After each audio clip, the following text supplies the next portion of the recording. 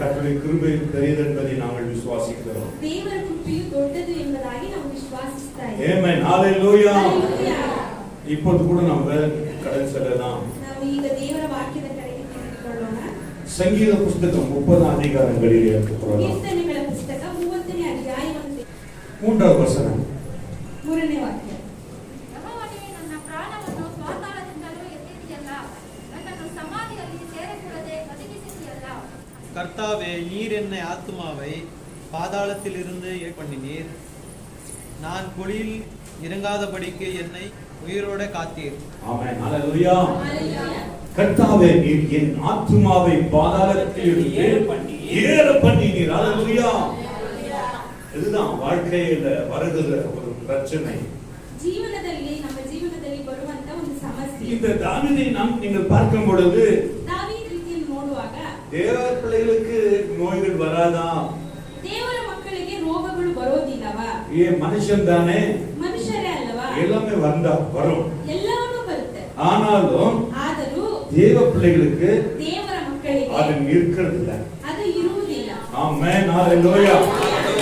தாவீது மரணங்கள் சந்தித்துக் கொண்டே இருந்தார்.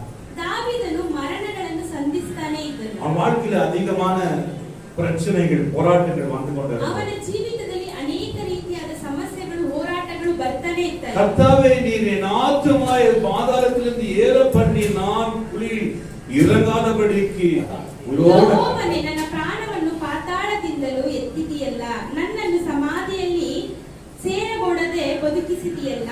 குழியில் இறங்காதபடிக்கு உயிரோடு காத்தார். ಪಾತಾಳದಲ್ಲಿ ಇಳಿಯದಂತೆ ದೇವರು ಕಾಪಾಡಿದ್ದಾರೆ. அந்த குழியில் என்று சொல்லும் பொழுது ಪಾತಾಳ ಎಂಬುದಾಗಿ ಹೇಳುವಾಗ ஏறக்குறைய தாவீது ராஜா 20 முறை அவன் மரணங்கள் சந்தித்தவனாய் இருந்தான். ದಾವೀದ ರಾಜನು 20 ಸಲ ಮರಣಗಳನ್ನು ಸಂಧಿಸಿ ಬಂದಿದ್ದಾನೆ. ஆனா அவன் மரித்தது அவன் வயதாய் முதிர் வயதில் தான் மரித்தான். ಆದರೆ ದಾವೀದನು ಮರಣ ಹೊಂದಿದ್ದು ವೃದ್ಧನಾದ ನಂತರ. எல்லா காரியங்களையும் சந்தித்து தான் மரித்தான். ಎಲ್ಲಾ ಕಾರ್ಯಗಳನ್ನು ಸಹಿಸಿಕೊಂಡೇ ಮರಣ ஆண்டவர் எதெல்லாம் அவன் செய்ய வேண்டும் என்பதோ அதை செய்து முடித்தான். ದೇವರು ಅವರು ಏನೇನ್ ಮಾಡಬೇಕೆಂಬುದಾಗಿ ಗುರಿ ಇಟ್ಟಿದ್ರು ಅದನ್ನೆಲ್ಲ ಮಾಡಿ ಮುಗಿಸಿದ್ರು. Praise the lord. ஹalleluya. ஹalleluya.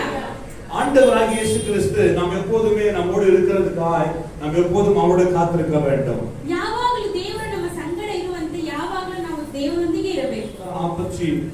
41வது சங்கீதங்களிலே அருமையான வசனம் 41 ಅಧ್ಯಾಯದಲ್ಲಿ 10வது வசனம் என்ன சொல்லுகிறது? 41 10ನೇ ವಾಕ್ಯ ಇದೆ. கர்த்தாவே, நீர் எனக்கு இறங்கி, கர்த்தாவே, நீர் எனக்கு இறங்கி நான் அவர்களுக்கு சரிக்கட்ட என்னை எழுந்திருக்க பண்ணும்.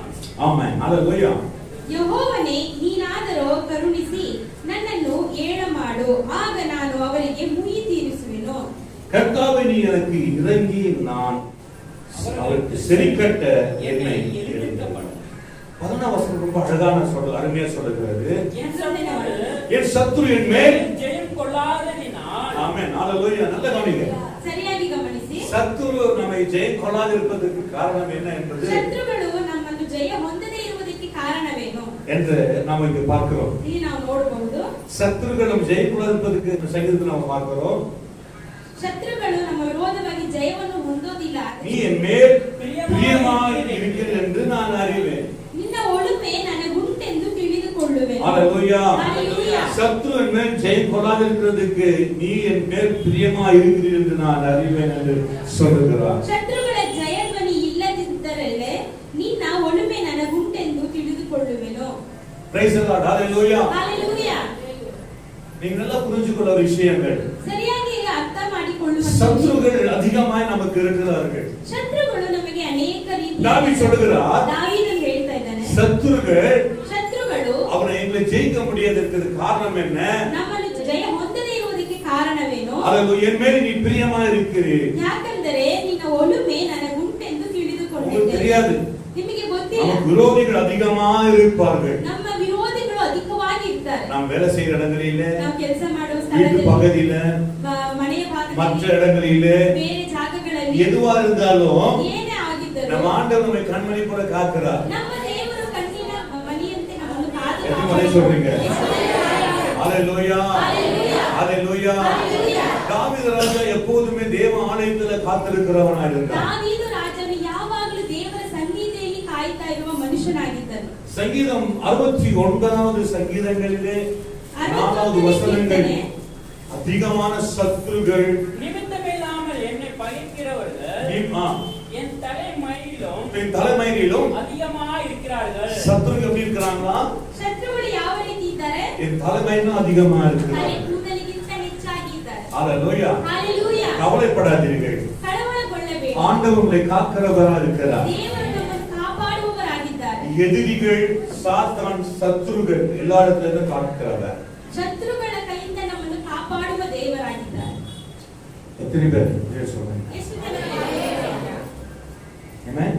ஹalleluya. நீங்கள் போகும் பொழுது ನೀವು ಹೋಗುವಾಗ ஆண்டவர் உங்களை கண்ணோக்கி பார்க்கிறார். ದೇವರು ನಿಮ್ಮನ್ನು ದೃಷ್ಟಿಸಿ ನೋಡ್ತಾರೆ. பல வகையில நமக்கு விரோதமாக எழும்புகிறது. ಅನೇಕ ರೀತಿಯಾಗಿ ಶತ್ರುಗಳು ನಮಗೆ ವಿರೋಧವಾಗಿ ಎದ್ದೊಳ್ತಾರೆ.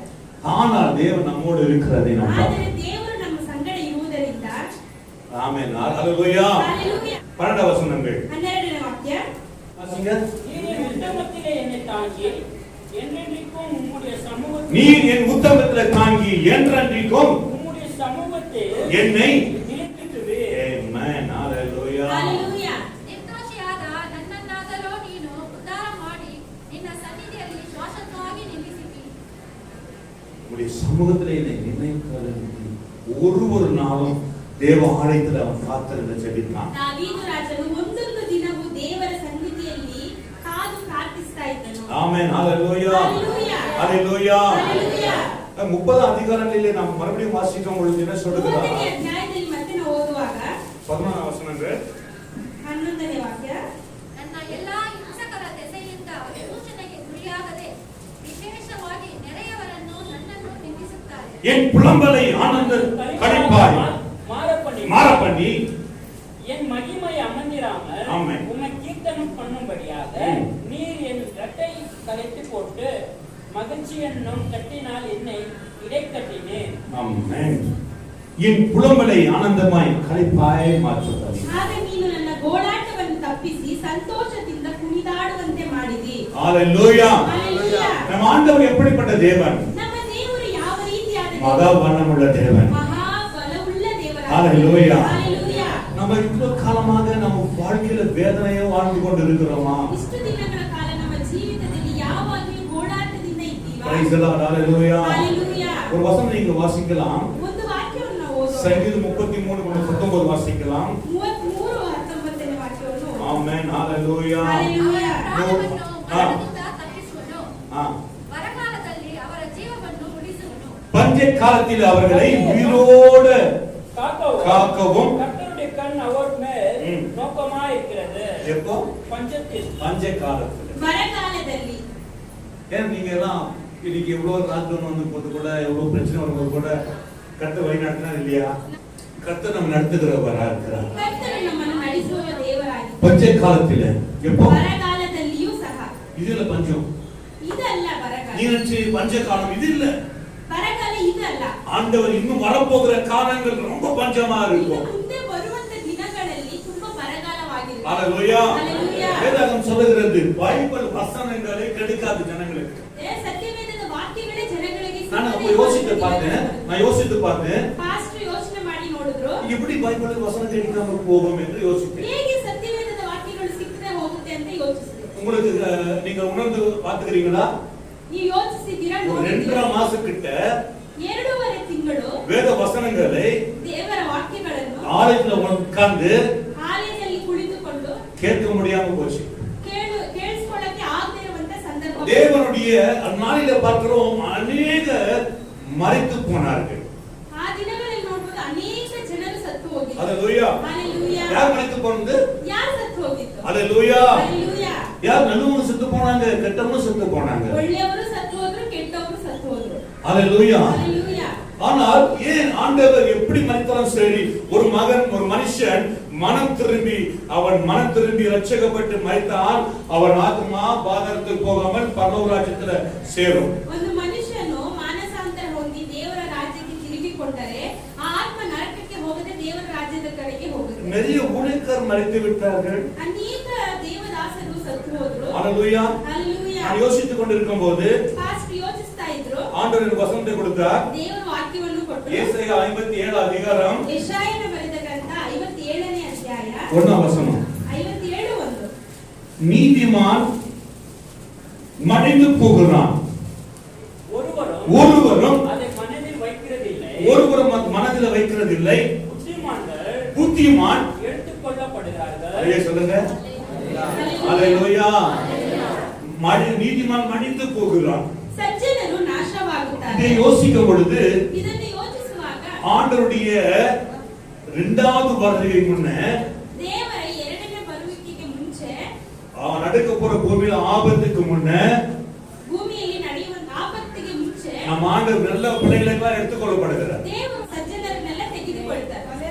இந்த பூமியில வர உபத்திரங்களையும் பிரச்சனைகளையும் நாம் காண முடியாது. ಈ ಭೂಮಿಯಲ್ಲಿ ಬರುವಂತ ಉಪದ್ರವಗಳು ಸಂಕಟಗಳು ನಾವು ನೋಡೋದಕ್ಕೆ ಆಗೋದಿಲ್ಲ. ஹalleluya. ಹalleluya. ஹalleluya. ಹalleluya.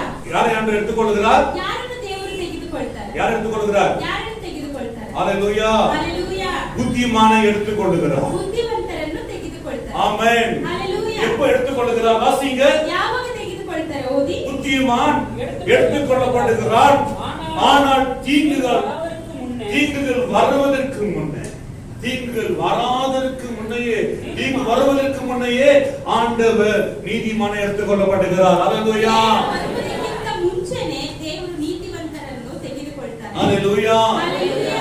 நீங்க எத்தனை ஊழியக்காரர்கள் ஆண்டவர் எடுத்துக்கொண்டது காரணம் என்ன? ಎಷ್ಟೋ ದೇವರ ಸೇವಕರನ್ನು ದೇವರು ತೆಗೆದುಕೊಂಡಿದ್ದಾರೆ. நம்மளை ஏன் வச்சிருக்கிறாரு? ನಮ್ಮನ್ನು ಇನ್ನೂ ಯಾಕೆ ಇಟ್ಟಿದ್ದಾರೆ? சிலரை ஆண்டவர் ஜெபிக்கும்படியாக வைத்திருக்கிறார். ಸ್ವಲ್ಪ ಜನರನ್ನು ಪ್ರಾರ್ಥಿಸುವುದಕ್ಕೋಸ್ಕರ ದೇವರು சிலரை ஆண்டவர் அதெல்லாம் பார்க்க அனுமதியாமல் ஆண்டவர் எடுத்துக்கொண்டார். ಸ್ವಲ್ಪ ಜನರನ್ನು ದೇವರು ಇದನ್ನೆಲ್ಲ ನೋಡುವುದಕ್ಕೆ ಬಿಟ್ಟಿಲ್ಲ, ಅವರನ್ನು ಮಾತ್ರ ತೆಗೆದುಕೊಂಡರು.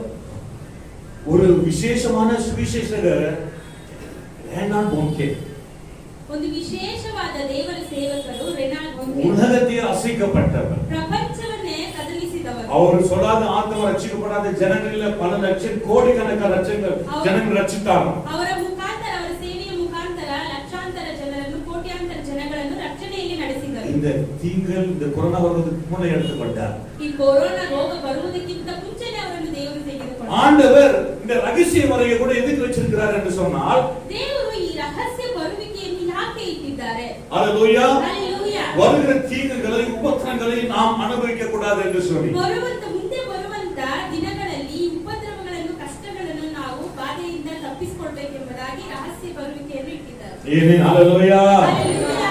ஆண்டவர் பஞ்ச காலங்களிலே கூட நம்மை நடத்துகிறவராயிருக்கிறார். ದೇವರು ಬರಗಾಲದಲ್ಲಿಯೂ ಸಹ ನಮ್ಮನ್ನು ನಡೆಸುವಂತ ದೇವರಾಗ್ತಾ ಇದ್ದಾರೆ. Praise the Lord. Hallelujah. Hallelujah. Hallelujah. Hallelujah. ஆனா இந்த பஞ்ச காலத்துல ஆண்டவர் 2 மாதங்கள், 2.5 மாதங்கள் ஏறக்குறைய ஆண்டவர் ಸುಮಾರಾಗಿ 2.5 ತಿಂಗಳು ಇರಬಹುದು.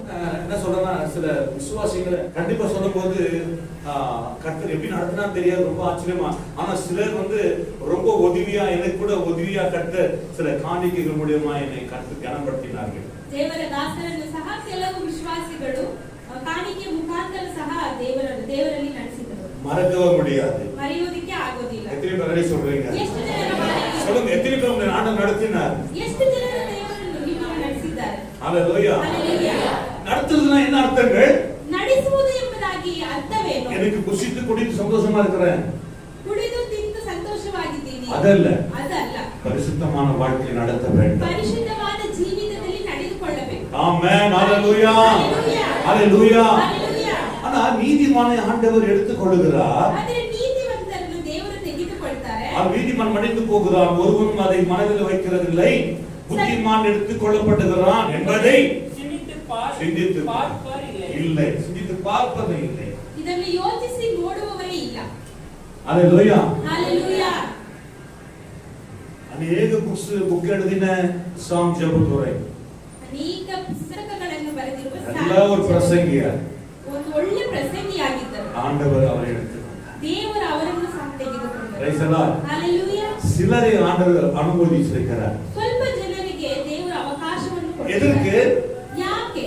எதற்காக நம்ம உயிரோடு வச்சிருக்கிறார்? ಯಾವುದಕ್ಕೋಸ್ಕರ ನಮ್ಮನ್ನು ಜೀವಂತವಾಗಿ நம்ம இஷ்டத்தின்படி நடப்பதற்காக அல்ல, ನಮಗೆ ಇಷ್ಟ ಬಂದ ರೀತಿ ಜೀವಿಸುವುದಕ್ಕೆ ಅಲ್ಲ, அவருக்காக ஜீவிக்கும்படியாக. ಅವರಿಗೋಸ್ಕರ ಜೀವಿಸುವುದಕ್ಕೋಸ್ಕರ. நான் ஆண்டவருக்கு ஒப்பு கொடுத்தேன். ದೇವರಿಗೆ பாஸ்டர் ஒப்பிசிக்கொண்டார். ஆண்டவரே நான் ஏதாவது முடிக்கணும் ஆண்டவரே அதிகமா நான் ஆண்டவரே ஊழி செய்து இருந்தால் என்ன மன்னிங்க ஆண்டவரே இந்த லாக்டவுன் முடிந்த உடனே அதிகமா ஊழி செய்ய வேண்டும் என்று நான் தேவனுக்கு ஒப்பு கொடுத்தேன். ನಾನು ಏನಾದರೂ ಸರಿಯಾಗಿ ಸೇವೆ ಮಾಡದೇ ಇದ್ರೆ ಈ ಲಾಕ್ಡೌನ್ ಮುಗಿದ ನಂತರ ನಾನು ಸೇವೆ ಮಾಡ್ತೀನಿ ಎಂಬುದಾಗಿ ಪಾಸ್ಟರ್ ದೇವರಲ್ಲಿ ಒಪ್ಪಿಸಿಕೊಟ್ಟರು. ஹalleluya. ஹalleluya. அதுதான் சொல்லுங்க சங்கீதம் 33 அதிகாரங்களில் நாம் மறுபடியும் வாசிக்கிறோம் 19வது வசனம். கீர்த்தனைகள் 33ನೇ ಅಧ್ಯಾಯ 19வது வசனம். பஞ்சத்தில் அவர்களை உயிரோடு காக்கவும் ஆ. கர்த்தருடைய கண் அவர்கள் மேல் நோக்கமாய் இருக்கிறது. Praise the Lord. ஹalleluya. ஹalleluya. பஞ்சத்தில் அவர்களை உயிரோட காக்கவும். பாத்தீங்களா? பஞ்சத்துல அவரோட உயிரோட காக்கவும். ஒன்னு இரண்டாவது கர்த்தருடைய கண் அவர்கள் மேல் நோக்கமாய் இருக்கிறது. யார் மேல? யார் மேல? தன் பிள்ளைகள் மேல் நோக்கமாய் இருக்கிறது. Praise the Lord. ஹalleluya. ஹalleluya. 37வது சங்கீதம் 19வது வசனம் என்று நாம் வாசிக்கலாம். 37 அவர்கள் ஆபத்து காலத்திலே 19 வெட்கப்பட்டு போகாதிருந்து பஞ்ச காலத்திலே திருப்தி அடைவார்கள். ஆமென். ஹalleluya. நீங்க மறுபடியும் வாசிக்கிறோம் 37 19 ಅವರಿಗೆ ವಿಪತ್ಕಾಲದಲ್ಲಿಯೂ ಆಶಾಭಂಗವಾಗುವುದಿಲ್ಲ, ಬರಗಾಲದಲ್ಲಿಯೂ ಅವರಿಗೆ ಕೊರತೆ ಇಲ್ಲ. ಯಾವಾಗ ತೃಪ್ತಿ ಹೊಂದುತ್ತಾರೆ? எப்ப திருப்தி அடைறாங்க? பஞ்ச காலத்துல. ಬರಗಾಲದಲ್ಲಿ. ஹalleluya. ஹalleluya. எத்தனை பேர் வந்துட்டீங்க? ஐயோ என்ன நடக்குமோ? எது நடந்தாலும் நடக்கட்டும், ஆனால் தேவன் நம்மை காக்கிறவர். ஹalleluya. நீங்க என்ன செய்ய வேண்டும்? தினந்தோறும் ஜெபிக்க வேண்டும். ನೀವು ಏನು ಮಾಡಬೇಕೆಂದ್ರೆ ಪ್ರತಿದಿನನೂ தேவனை ஆராதிக்க வேண்டும். ದೇವರನ್ನು ಆರಾಧಿಸಬೇಕು. எத்தனை பேர் துதித்து ஆராதிக்கிறீங்க? கை ಎಷ್ಟು உயர்த்தி. ಜನರು ದೇವರನ್ನು ಸ್ತುತಿಸಿ ಆರಾಧಿಸ್ತೀರಾ? ಕೈಗಳನ್ನು ಎತ್ತಿ. தினந்தோறும் ಪ್ರತಿನಿತ್ಯವೂ ஜெபிக்கிறீங்க. கை உயர்த்துங்க. ಎಷ್ಟು ಜನರು ಪ್ರಾರ್ಥಿಸ್ತೀರಾ? Praise ಕೈಗಳನ್ನು the Lord. Hallelujah. ஹalleluya. நாம மறந்து விட்டோம் ஆராதனை. ನಾವು ಆರಾಧನೆಯನ್ನು ಮರೆತೇ ಬಿಟ್ಟಿದ್ದೇವೆ. நிறைய பேர் மறந்துட்டோம். ತುಂಬಾ ಜನರು ಮರೆತುಬಿಟ್ಟಿದ್ದಾರೆ. Hallelujah. ஹalleluya. இந்த ஆராதனை நமக்கு கிடைக்காதது ஒரு பாக்கியமா இருக்கிறது. ಈ ಆರಾಧನೆ ನಮಗೆ ಸಿಕ್ಕಿರುವುದು ಒಂದು ದೊಡ್ಡ ஒரு பெரிய ಭಾಗ್ಯವಾಗಿದೆ. பாக்கியமா இருக்கிறது. ಒಂದು ದೊಡ್ಡ ಭಾಗ್ಯವಾಗಿದೆ. ஒரு பெரிய பாக்கியமா இருக்கிறது. ಒಂದು ದೊಡ್ಡ ಭಾಗ್ಯವಾಗಿದೆ. Hallelujah. ஹalleluya. அதுதான் சொல்லுகிறார் பாருங்க. அவள் ஆபத்து காலத்திலே வெட்கப்பட்டு போகாத பஞ்ச காலத்திலே திருப்தி அடைவார்கள். பஞ்ச காலத்துல கூட திருப்தி அடைய முடியும். ಬರಗಾಲದಲ್ಲಿಯೂ ಸಹ ತೃಪ್ತಿ ಹೊಂದುವರು. நீங்க எளிய பாருங்க.